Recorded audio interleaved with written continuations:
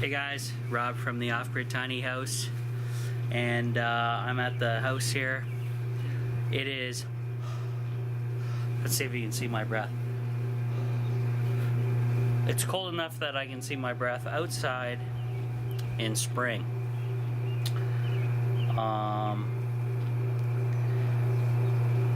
Global warming does not exist. This is very unusual for my part of Canada, and actually we've had a frost warning. Last night we did have frost, if you can imagine. I'm glad I'm still growing indoors rather than outdoors. Normally May 24, the May 24 weekend is when all the farmers put their crops in, so they dodge this bullet. But I don't know how long this cold spell is going to continue. It was just all that insane rain and dampness. But anyway, so today's video, guys, I have my survival knife right here, and I'm gonna basically bust that out, and we're gonna test out my new ferro rods that I got from Wish.com. We're gonna see if they're any good via using this. And then I also have a actual bird's nest over here, and no birds were harmed in the making of this video. It was abandoned. I think it's fairly old. It may be still a little damp, but I'm gonna try to use I'm gonna use a sparkler, a small Dollar Tree sparkler, to ignite the bird's nests. And if that does not work, I have the bigger Dollar Tree sparkler that we're gonna try. So just to see what you can do with different options out there. So first things first, we're gonna set up. I'll set this thing up. I'll actually do this now. So this is like what a survivalist would call a Rambo knife. It's stainless steel china. It's not a full tang, so the blade actually stops here. There's a set screw right here. So the blade is probably just epoxied into this section here. I bet I could actually add more to the bottom just to help strengthen it. But a lot of survivalists do not like these knives, because if you're cutting something pretty hard with this, which I don't recommend you do anyway, their thinking is if you whack something really hard, the blade could bust off, swing towards you, maybe possibly stick into your chest or anything else like that. I'm getting a phone call, hold on. Sorry about that, guys. Telemarketers, gotta hate them. Alright, so back to the survival knife I was kind of explaining. So the survivalists call these Rambo knives because the metal does not go the full length of the body of the actual knife. So the metal is only to about here, where the your stopper is for your fingers, right? So this is a Wartech USA knife brand, even though it's made in China. So this part of the handle is hollow. So I did a video on this before when I unboxed it and everything. The back unscrews, and this is not paracord that's on there, but the back unscrews. There's a gasket, which means it's actually watertight. Right there you can see the gasket. There's a little micro compass in there, and then inside we have pretty much a watertight container. And actually, can you guys see inside of there on camera? Probably not. I can see where the blade is, and it goes just past it actually just goes to the end right about here. It stops, and that's all that this little piece of plastic and glue is holding this long knife. So you don't want to put a lot of pressure leverage on this thing, right? So I'm going to open up my little container, and then inside I put it came with fishing hook and line. I put it came with some other crap like a single band-aid, and it was pretty joke level survival kit. So I put a candle in there. I'm gonna take one of the 10 micro ferro rods out, and we're gonna test these guys out. So I'm gonna put this back together and put everything back inside the knife except for one of the rods, and then we'll go from there. Then I'll bring you over here to where the bird's nest is. Not that I want to catch the bird's nest on fire right away, but we'll go from there. So here we go.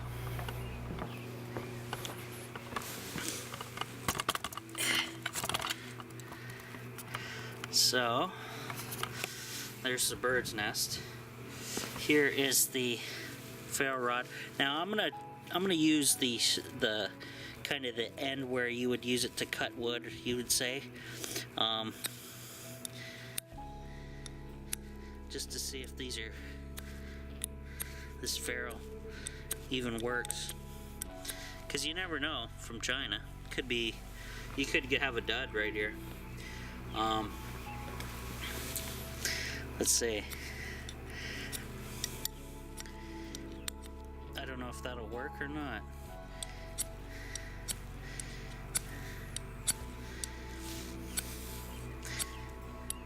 You gotta get that material, the black coating off, and then we'll see if these things are even decent. Hopefully they work. There's the end.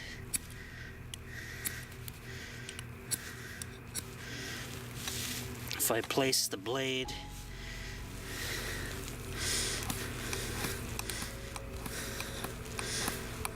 wow, these things are garbage, I think. These magnesium rods. Oh. Let me get closer to the ground, a little more comfortable. These could be garbage, so it's best to test out all your gear before you get out into the wilderness and are stuck with complete trash. There we go. Okay.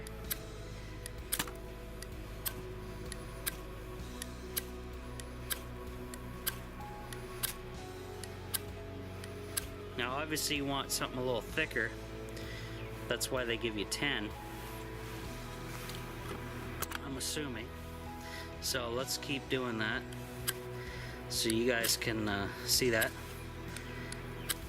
Now what I do is I go like this and I kind of drag the blade up as it comes back out.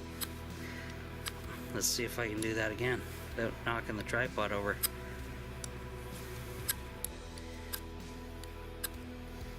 Still not that. I've had better ferro rods than this.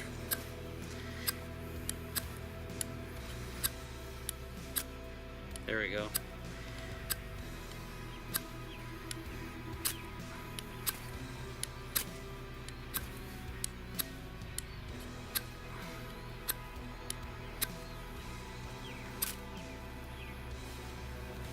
So they do work. You guys saw the flame there. They're kind of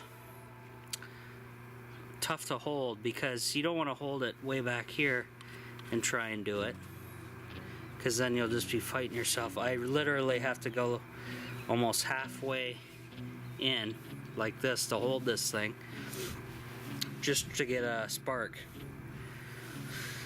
So yeah.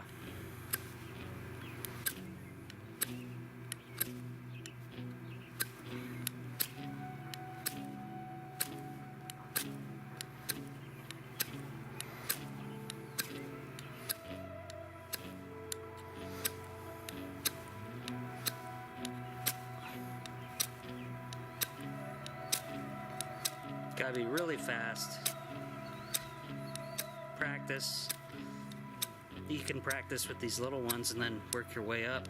The bigger ones are way better, but they don't fit into the hollow of my handle, so yeah, I hardly took anything off the end. You basically got to clear this black stuff off of there. Now apparently,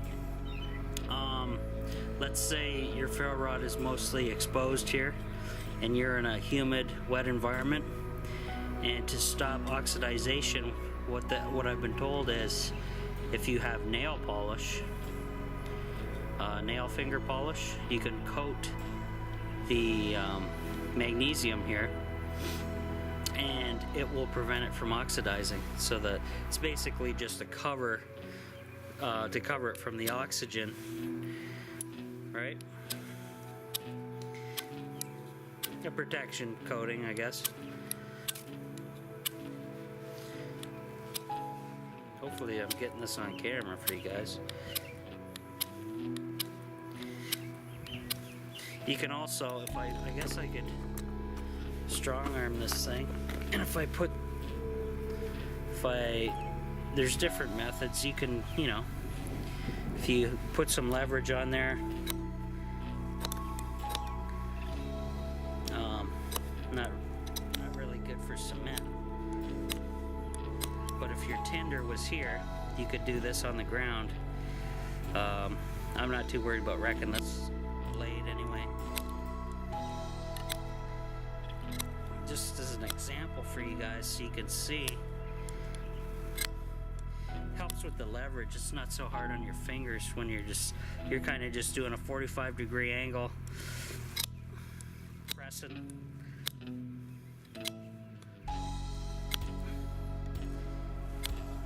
And then you get your result, right? It doesn't harm the blade, it's just, you know, just a little wear and tear there. So the next trick, guys, here's the bird's nest. It's fairly dry. I didn't make this, an actual bird made this. So I'm gonna stick the one of the sparklers in here down the center, and I'm gonna grab that right now. Go from there and show you.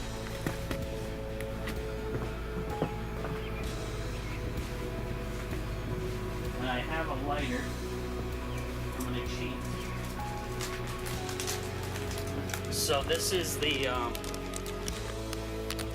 micro mini sparkler pack from Dollar Tree here. It's an 8-pack, and I'm just gonna try one of these first. And that's what they look like.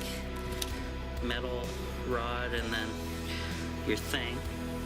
And what I'm gonna do is I'm gonna shoot the metal rod down inside of the bird's nest, so it's sticking out the bottom. There's the rod sticking out the bottom. There it is sticking out the top. And then I'm gonna light this thing. And actually, I may be able to push it into the ground like so. Yep, that worked. Spread that out a bit. And here we go, guys. I'll move the camera back just a tad, just so we don't get any craziness. We'll see if this lights up. Whoops. I want to light the sparkler, not the... See if this thing catches the bird's nest on fire. If it actually produces enough sparks and heat to get this thing up. If not, I got the bigger one to try.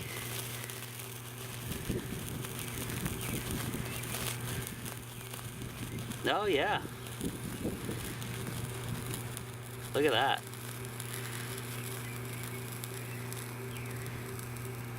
Very cool. Obviously the bigger one will give you more bang for the buck because you're getting twice as much, you know. Obviously I could have fanned it, let it keep going, but now we're gonna try that big one out.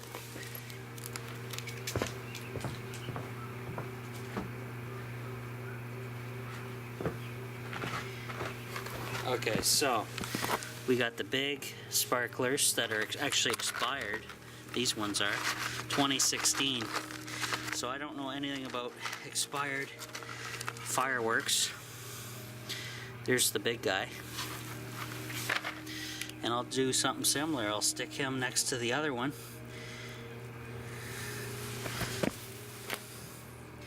Drive him into the ground. Maybe. Okay, maybe not. Okay, I'll move him over maybe. How about that?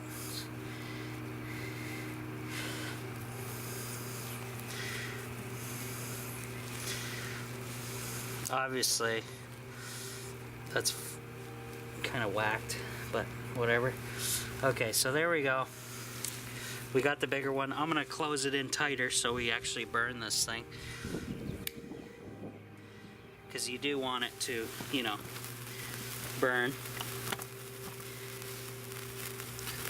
This is the bigger, better, expired one. We'll see how this thing does once it starts getting into the tight quarters of the tinder.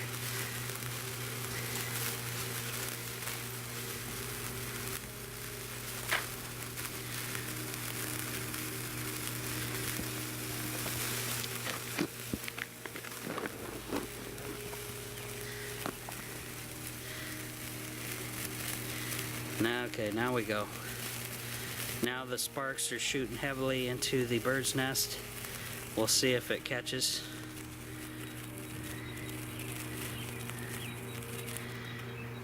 No.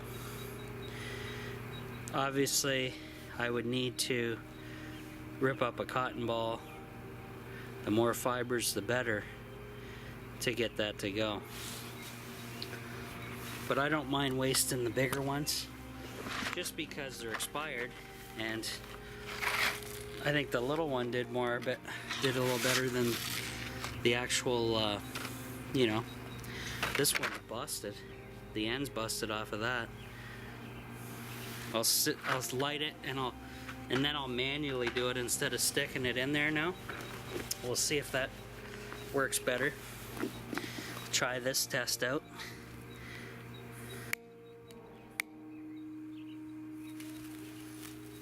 So this is a manual. Okay, manual is much better. I'm obviously putting the hot element directly into the bird's nest. And here comes the hot element going towards my fingers.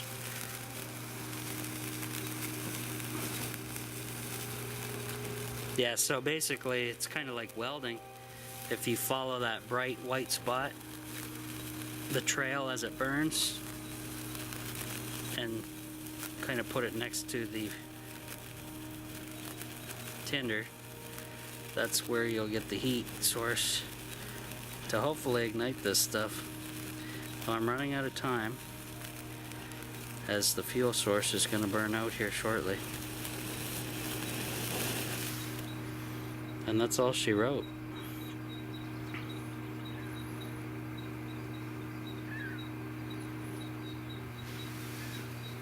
That stuff stinks, whatever it is.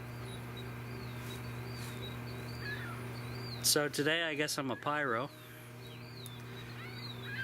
These rods look pretty rough after they've been burned. I would not reuse them for anything, I doubt. Look at that. This trash. So obviously the bird's nest is kind of a little wet. We got a little smoke going on here. May have made a coal.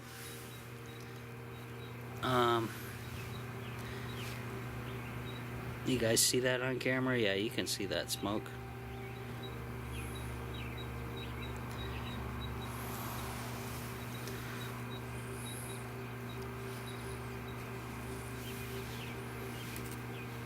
I'll pick these up later. They're pretty much trash now. So now this is damp, and this has been, some of this is actual mud. So they did like a these birds knew how to do cob construction.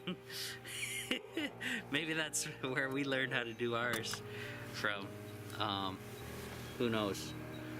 But I'm not gonna quit yet, guys. We got more pyro action to do. Let's do 2 at a time with the big boys. Just see how much fun we can have doing this. It's not the 4th of July yet, so this will have to do, I'm guessing.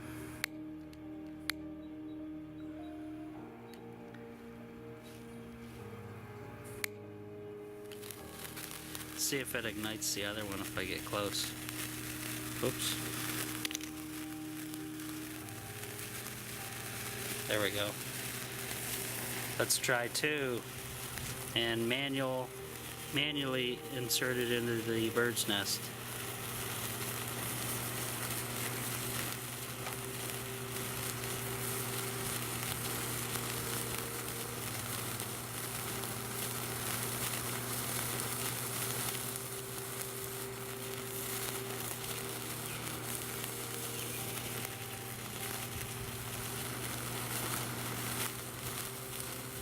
Cool to look at anyway. Not sure on the survival aspects of it yet. Not convinced.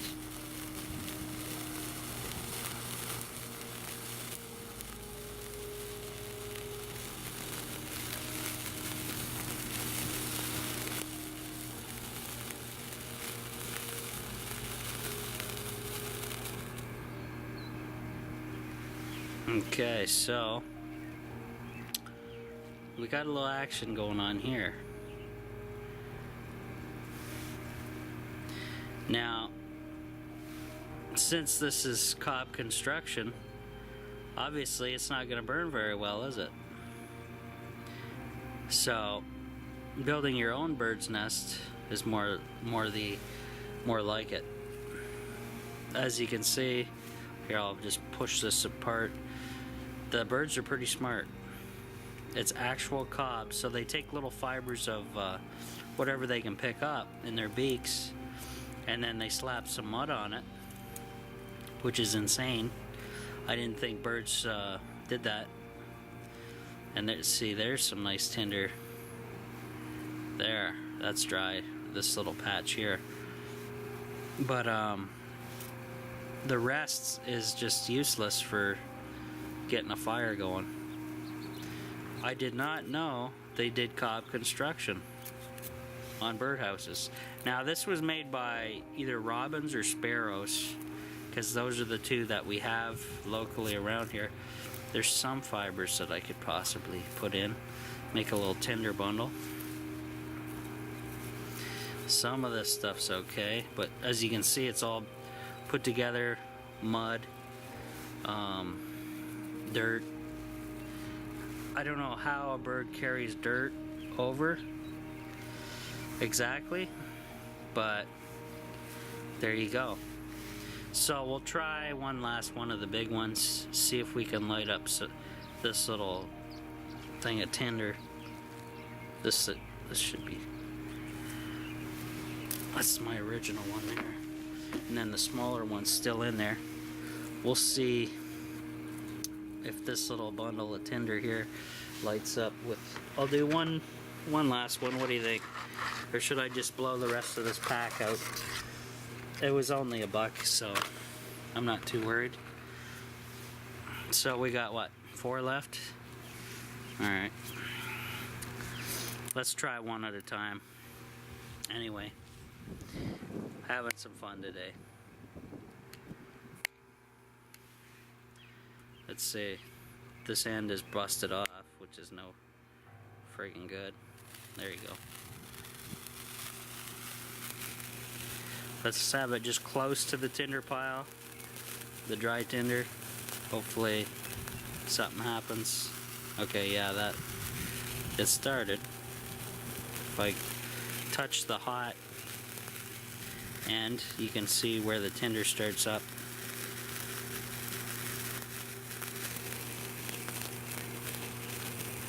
Just keep giving it some heat. Now I didn't prepare this at all. This is just a bird's nest I found, guys. and it's been raining for, God, a week. Insane. But yeah, so there wasn't enough tinder there to do much. Burn that stuff. We're gonna do anything? No.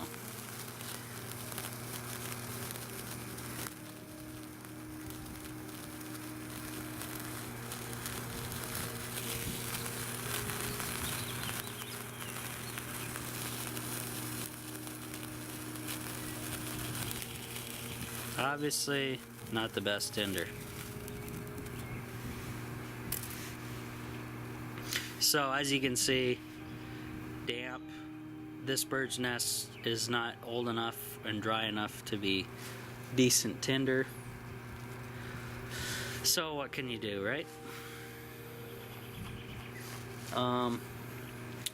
So I have 3 of these sparklers left, and I wonder, should I put them in my chimenea over here and have a little burn off? I have a bunch of, I throw all my bank receipts and stuff in there. I don't normally throw those in the trash, just because I always find to burn everything, because I guess it's that identity theft and stuff like that going on. So we'll throw the last 3 into the chimenea. See what happens here, guys.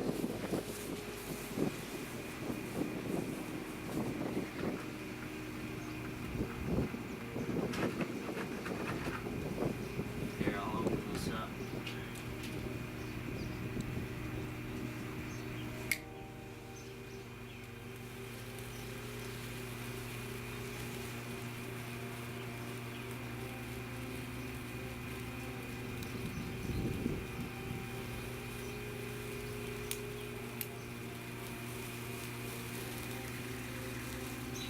Fire going.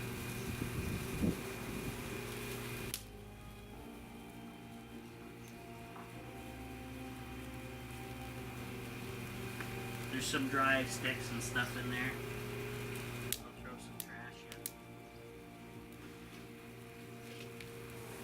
We'll see how good that works.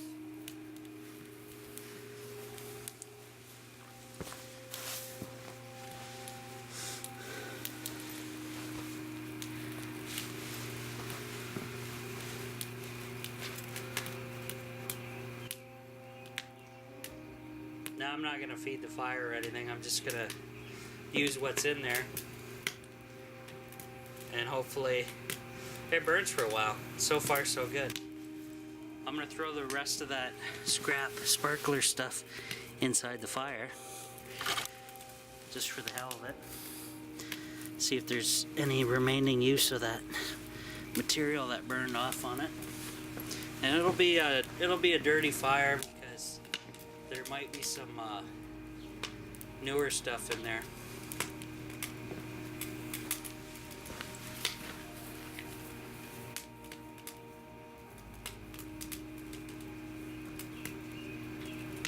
Yeah, she's burning pretty good.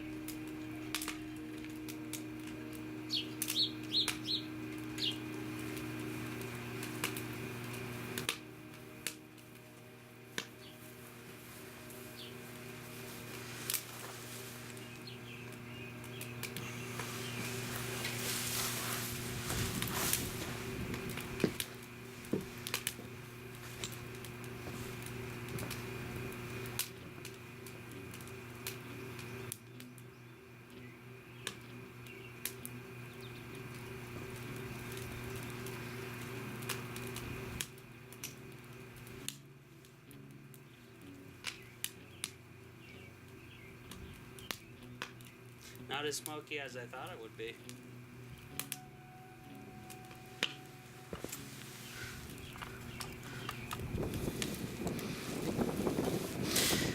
Hopefully that owl doesn't melt.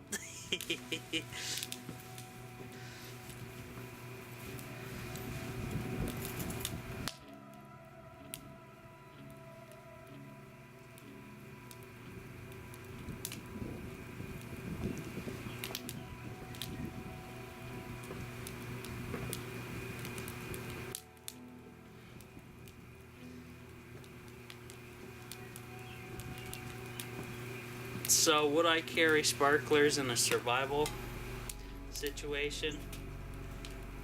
Yeah, maybe the smaller ones. If you properly acquire some good tinder and not use a bird's nest, make your own little bird's nest which doesn't have cob in it. So, little demo for you guys.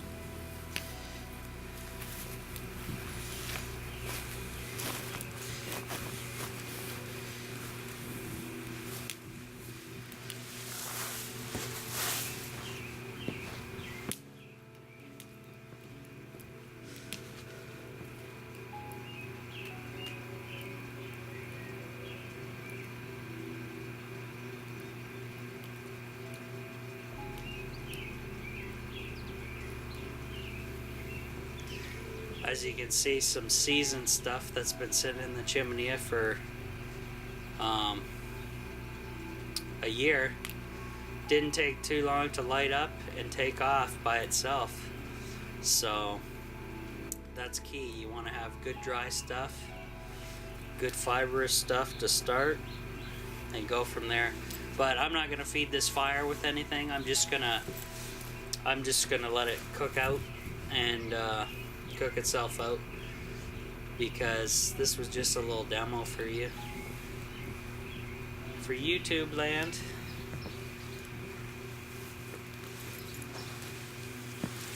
Here, I'll zoom out and bring you over. So there's still a little bit of action going on, not much.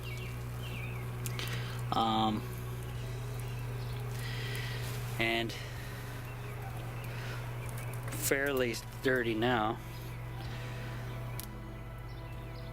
Like I said, it's been raining for a good week.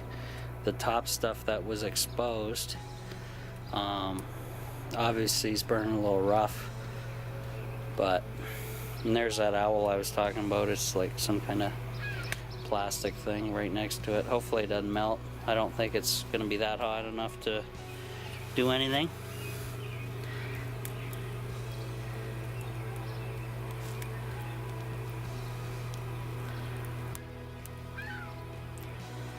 Yeah,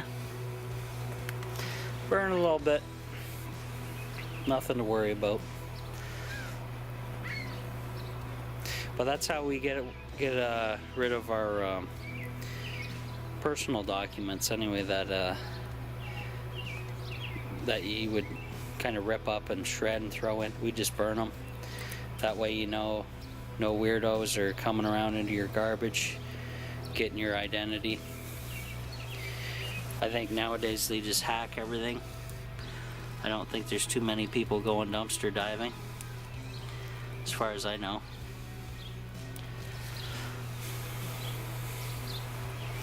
But yeah, so that's it for now, guys. We'll see you on the next one.